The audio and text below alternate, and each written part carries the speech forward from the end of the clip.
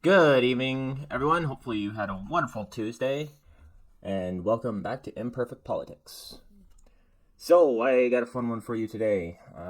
I've been seeing on the interwebs that Christopher Freeland's having a little bit of a struggle with Justin Trudeau. Apparently, Christopher Freeland just may not be finance minister anymore, and could possibly be replaced. So let's get into it. I have a video here from Power and Politics, and I think they do a good rundown, and also a post from the National Post. So with no further ado, let's do this. That he'd love to see former Bank of Canada Governor Mark Carney enter politics, but not necessarily at the expense of his current finance minister, Chrystia Freeland. Listen to this. I have been talking with Mark Carney for years now about getting him to join federal politics. I think he would be an outstanding addition at a time when Canadians need good people to step up in politics. In regards to Chrystia, she has been a close friend and ally and partner in doing really big things for Canada and will continue to be. I have full confidence in her abilities and on the work we're going to be doing together. So you may wonder why the Prime Minister is talking about that at NATO. That's because questions are being raised after both the Toronto Star and the Globe and Mail cited unnamed sources saying the Prime Minister may be considering or trying to bring Mark Carney into cabinet to replace Freeland as finance minister. And there's also some leaks to the Globe and Mail and others saying that the Prime Minister's senior staff, they're not comfortable with Chrystia Freeland's performance in that department, especially when it comes to communication. So what do we make of these leaks to the press? Carlene, 4 years ago, we started. So just before we get into that, if you don't know who Mark Carney is, he used to be the CEO of the Bank of Canada, and he was also the CEO of the Bank of London, or it might have been Bank of UK, one of the two.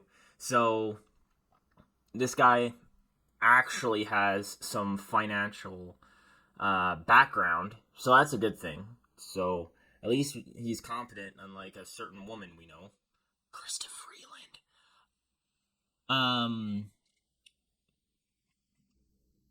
He was the one to help bring in the good old carbon tax, so that is not a good thing. But like I said, at least this guy would have a clue of what finance actually is.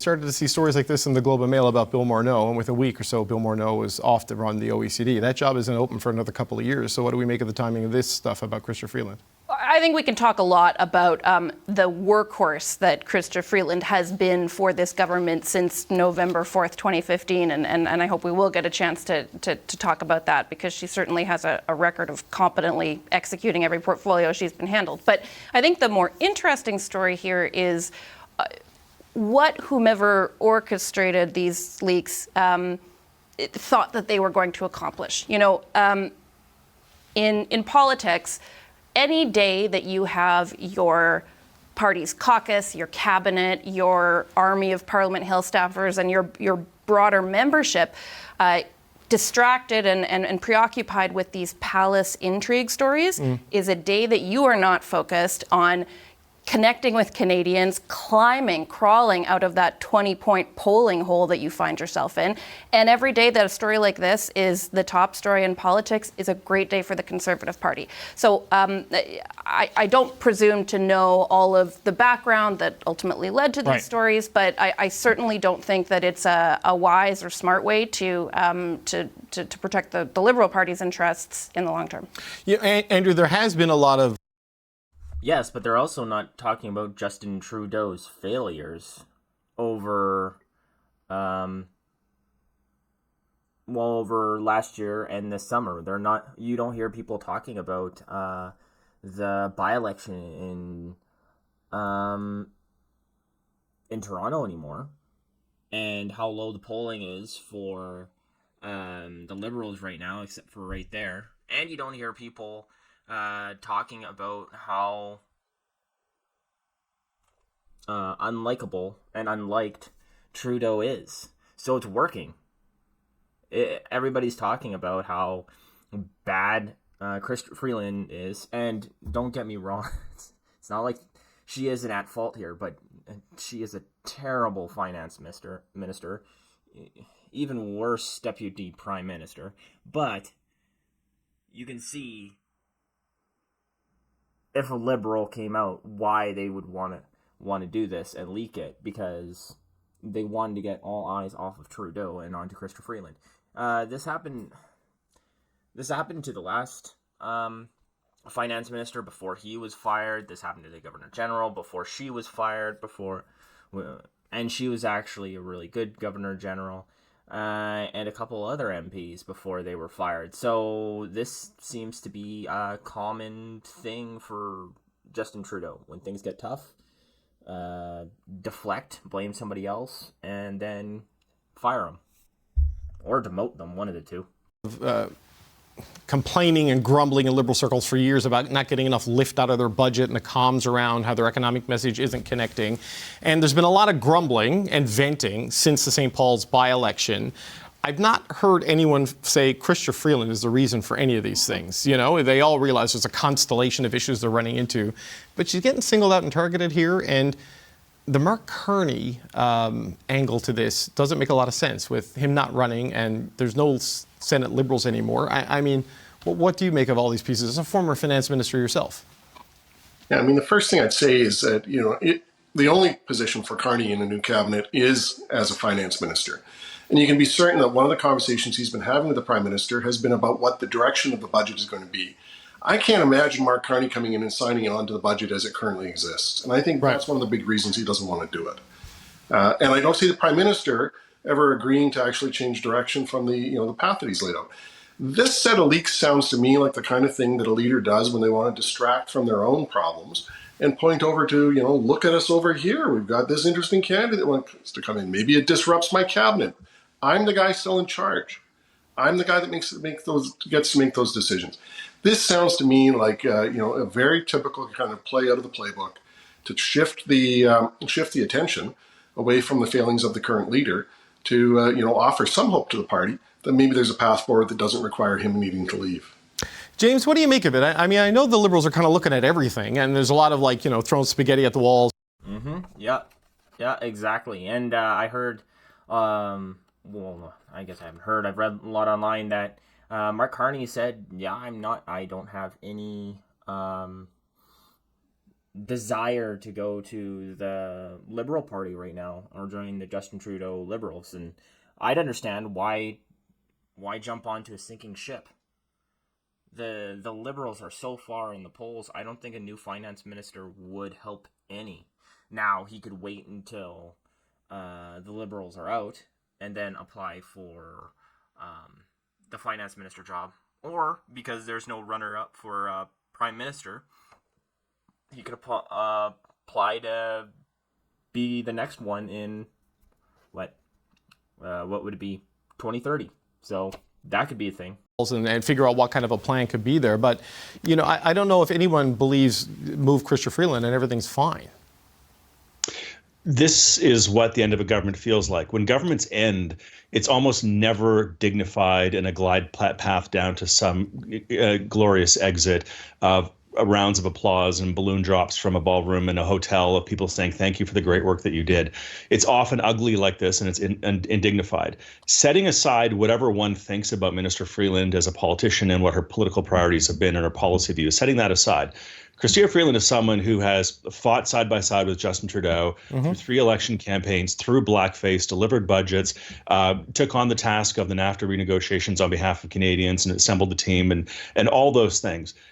She is owed better dignity than this. What's happening and what's being rumored about her, this isn't just today. Today it happens to be on the front page of the Globe. It's been going on for a few weeks. Were I Minister Freeland, what I would ask of the Prime Minister is better than what he offered today at that press conference. I would ask the Prime Minister, and I would say, look, I think with respect, Prime Minister, you owe me better than this. I've been your finance minister. I've been nothing but a loyal soldier. I think you owe me a clear public declaration of your confidence in my position as not as a member of the team, quote, quote, but as your finance minister and deputy prime minister. Anything less than that is less than what I think I deserve from you. And then if Justin Trudeau then goes ahead and does that, she should say thank you very much, and she should quit the next day and walk into the sunset. That's what I would do if I were her. She deserves better than this. The indignity that she's been shown will not go away, and she should punch back, and that's how she should punch back. So I have a question on that, because I had heard people, blue skying on the idea that maybe she does move to a new role, but it's kind of the old role of dealing with Donald Trump in the United States, depending on how the election goes, still be the deputy prime minister, but more of going back to the front lines of that fight. I mean, can you even make a move like that now with these sort of leaks? It's either she has to leave or she's invulnerable, or he's got to fire someone in his office for leaking this, doesn't he? Well, look, the government is ending in 12 to 18 months. It's over. And she is being thrown under the bus here, in my view, in a desperate attempt to try and change the subject, as was just described, to bring in Mark Carney, who has not publicly said anything about this. This is a scramble. And there's a reason why Jane Philpott and Jody Wilson-Raybould and Mark Garneau last week, and Bill Morneau has a book, and Jody Wilson-Raybould has a book, and Scott Bryson. The army of former cabinet ministers who have come out and publicly talked about the indignity and the unprofessionalism and the lack of class that Justin Trudeau has shown his own cabinet ministers is more than any group of cabinet ministers that I've seen of any government, federal or provincial, in recent memory. It's awful, and she deserves better than this, and she should stake her claim and push back.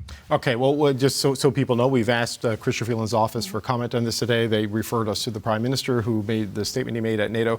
Carleen, what? Yeah, that is true. She has been one of the most loyal MPs to Justin Trudeau. Hey, I don't like her. I don't like the woman. I think she's a hypocrite, and I think she is a terrible minister. But even with that, at least she did stick with Justin Trudeau through thick and thin.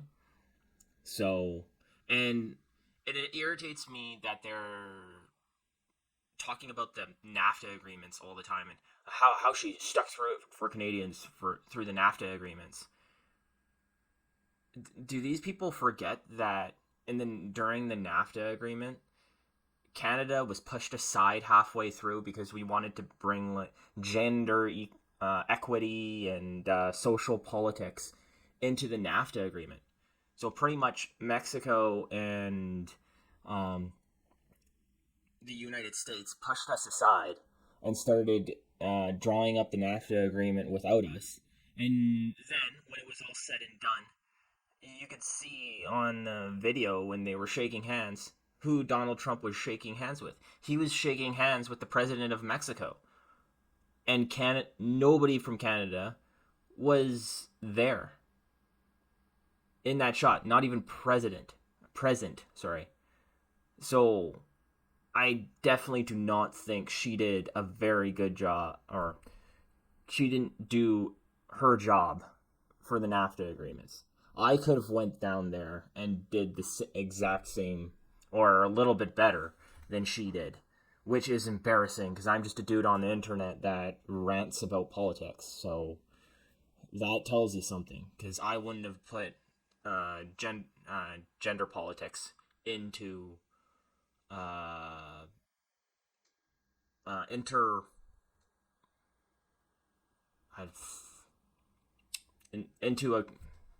I'm trying to think about into a deal like that. I guess I was gonna do like inter-country or inter or something, but I couldn't find the word. Anyways, let's keep going here. What else do they have to say? The reaction in this in liberal world, what are you hearing there? It's been very strong from what I've seen. I think that there's been, I've observed significant backlash to what's implied in those stories. I think most liberal partisans here in Ottawa and right across the country sort of took a step back at that for some of the reasons you cited. You know, this is sort of a new angle. Like, wait a second, which part of the problem was she? And people immediately think to the way that she sort of carried the NAFTA renegotiations on her back, the way that she has carried water for the Prime Minister, frankly, on every major issue that he's had to confront over the course of this government. I am still... Look, this is not necessarily a government that has always excelled at being able to immediately nip something in the bud when something goes awry. No. I'm still willing to give it about 24 hours. I think there's a chance that the Prime Minister and those advising him kind of recognize when they finish with the NATO summit today. The answer I gave today was not unequivocal enough, and thus the story is continuing. I'm still willing to consider that there's a possibility that tomorrow he comes out and says more explicitly, and he ought to, I have full confidence in Chrystia Freeland as my finance minister, and she will continue in that role. Do people buy the Carney stuff? Like, there have been opportunities for him to run, and he hasn't run, and the Prime Minister has made it clear he's been trying to get him to run. LaSalle is coming up if he wants to run to Montreal. But, like, you can't do the put him in the Senate and put him into cabinet thing because there's no more Liberal senators, and I don't know if he'd want to hold the pen of a budget that the NDP has a role in because of the supply and confidence agreement. I mean, are people buying this? Well, I mean, two things. Wimbledon's going on right now. Yesterday, who was in the royal box along with Queen Camilla? Mark Carney. Doesn't seem like he's in a particularly... That sounds better than running in a summer by-election in Montreal, yeah. Exactly. Politics is not exactly a glamorous calling these days. But on a more serious note, if Mark Carney has political ambitions, I mean, he's certainly a very accomplished person, and it would make sense that he would see this as perhaps the next stepping stone in his career. It would be far wiser for him not to associate himself with the Trudeau government thus far. Get that stink, that baggage on you. It would be far wiser for him to wait in the wings until the leadership position is available and then come in as the change candidate. So no, I see zero reason why he would take this position. Andrew, I saw you close your eyes and nod sagely. And that's perfect. That perfectly sums it up right there. Yeah, don't get the Trudeau stink on you. Come in afterwards and try to be like Caesar that saves the party and, right? Saves everybody. And then pretty much just after 9 years kills Canada again. But other than that, it's all good. As Carleen made that point, you agree with her that because this is two reports now in the Toronto Star and the Globe and Mail saying they're looking at Carney as a replacement and no sign of it being solid, in terms of coming to life. I mean, I understand what the advantage is for the Liberals, and I see what the advantage is for the Prime Minister, having a brand new finance minister to be able to point to and a little bit of excitement for the Liberal Party. I just don't get what's in it for Mark Carney. Yeah. Having to deal with a by-election, potentially having to go and deal with the mess that is kind of uncoupling the supply and confidence agreement, figuring out a new direction on the budget. I just don't see what he gets out of it. And as Carleen says, he's got all the accolades in the world that he's ever needed. Being finance minister of Canada isn't really that big of an added trophy on his bookshelf. Right, but he has declared his partisanship, and he has declared an interest, and who knows when he'll actually declare a candidacy. He's got time. We're out of time. I want to thank the Power. So right now, this is a little bit of an old video. So Mark, by the time I got this one out, Mark Carney has come out and said some things. So because it's a little bit late, I have a story from the National Post here, and it has Chrystia Freeland's reply about some of the things Justin Trudeau has said, and I'll quickly go through that. So from the National Post, Freeland hints, but won't confirm she has Trudeau's support after rumors intentions. So this goes all the way back to what they were talking about is, like, you should hit back, Freeland, because Trudeau's disrespecting you. So I assume she probably does feel that way. In Ottawa, Deputy Prime Minister and Finance Minister Chrystia Freeland ended on Tuesday, but will not confirm that she has Prime Minister Justin Trudeau's support to continue her role after days of public speculation over her political future. So she says that she's had a long conversation with Trudeau on Friday, the day after it was reported that there was tensions between her and the Trudeau office. Freeland was repeatedly asked by reporters if she had received assurances that she will continue as finance minister, but declined to give a direct answer. She says Trudeau is a very eloquent guy who is really capable of speaking for himself. So that's just political jargon of saying, I don't want to talk about this right now. And then she says, I can speak for myself too, though. She said, so let me just add that to serve as minister in the cabinet, you do need the support and confidence of the prime minister. That is especially true for the deputy prime minister and the finance minister. So kind of when I read that, it feels like she still has faith in the prime minister that she's keeping her job. It's just rumors, right? Yada yada yada. I don't think Christopher Freeland's gonna be coming out and saying anything bad about the prime minister anytime soon. Freeland was speaking for the first time after the Globe and Mail report that reported that senior officials in the PMO, including Trudeau's chief of staff, Katie Telford, were blaming the finance minister for not effectively selling the government's economic message as the party was reeling from its surprising by-election defeat. So, yeah, in a way, yes, it is. Christopher Freeland is the finance minister, so she does have a lot of control over the budget. But I think with this current government that Trudeau has pretty much total control over everything. So she's kind of asking Christopher Freeland to hand over a pile of poop to the Canadian people and say, here, have this beautiful pile of poop. Buy it. It's beautiful. It's beautiful because we made it. I'm using YouTube words and it's making my analogy sound terrible. Just terrible right now.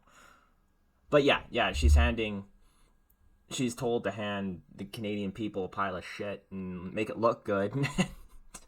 And man, that's a hard job, but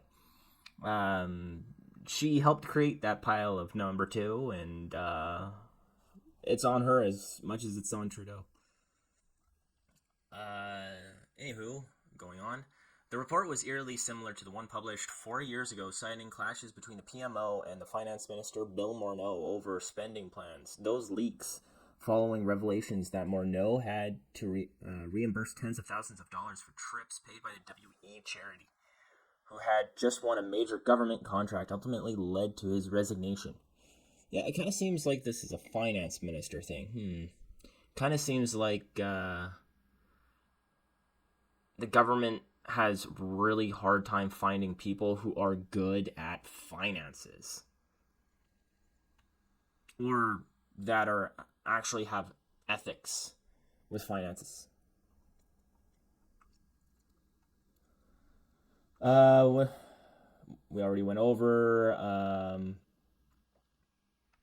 about what Trudeau said about Carney.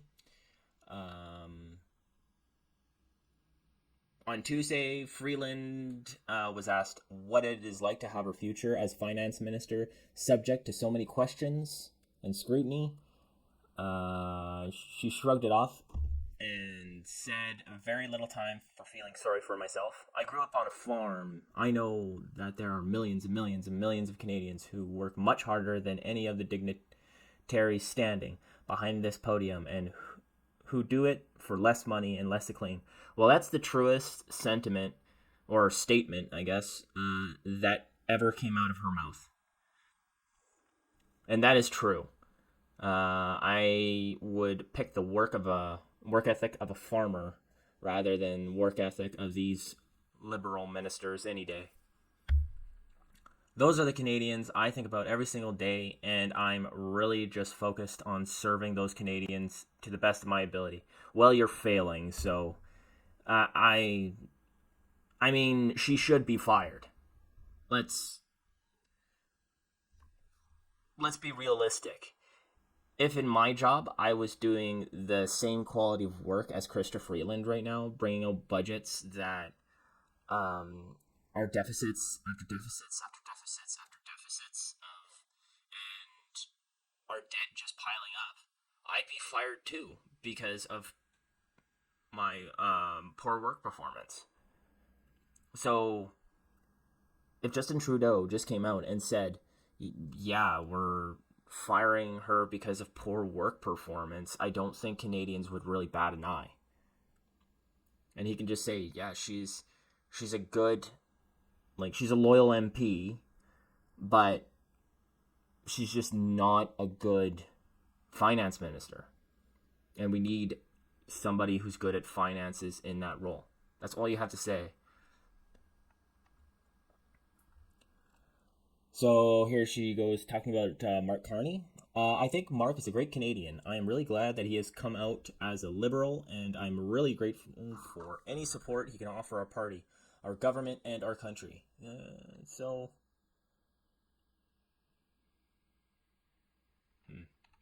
Carney has declined requests for comment on the National Post, but all the talk about Freeland's ability to sell her government's economic plan only led her to doubt or double down on her speaking points to explain how it's working. And we all know the speaking points, but they have some here.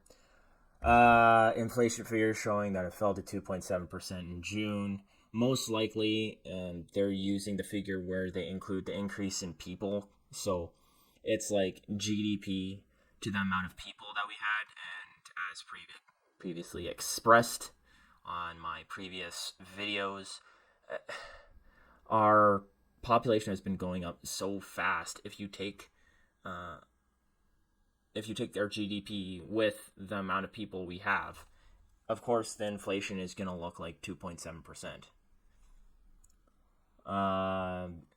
Anyways, it fell from 2.7% in June to down from 2.9% in the previous months. And express hopes those efforts would reflect in the central bank's decision next week. And finally, she says, our government is doing everything we can to support the Bank of Canada and to make it possible for the Bank of Canada to continue to lower interest rates by delving us deeper and deeper into debt. But, hey, to be completely honest, I wouldn't feel bad about Chrystia Freeland being fired from cabinet and from being finance minister, because she's shown incompetence in both of her roles. So and Mark Carney would be way better at finance minister. So what I think is going to happen is Justin Trudeau is going to find a different role for her, and possibly if Mark Carney comes in, he'll be finance minister, but Justin Trudeau might just find a different minister to become finance minister to make it look like he's trying to shuffle things up. So let me know what you think. Do you think this is all just speculation and hullabaloo, or do you think that Chrystia Freeland may just be fired? Let me know down in the comments below, and if you like this video, don't forget to subscribe, because that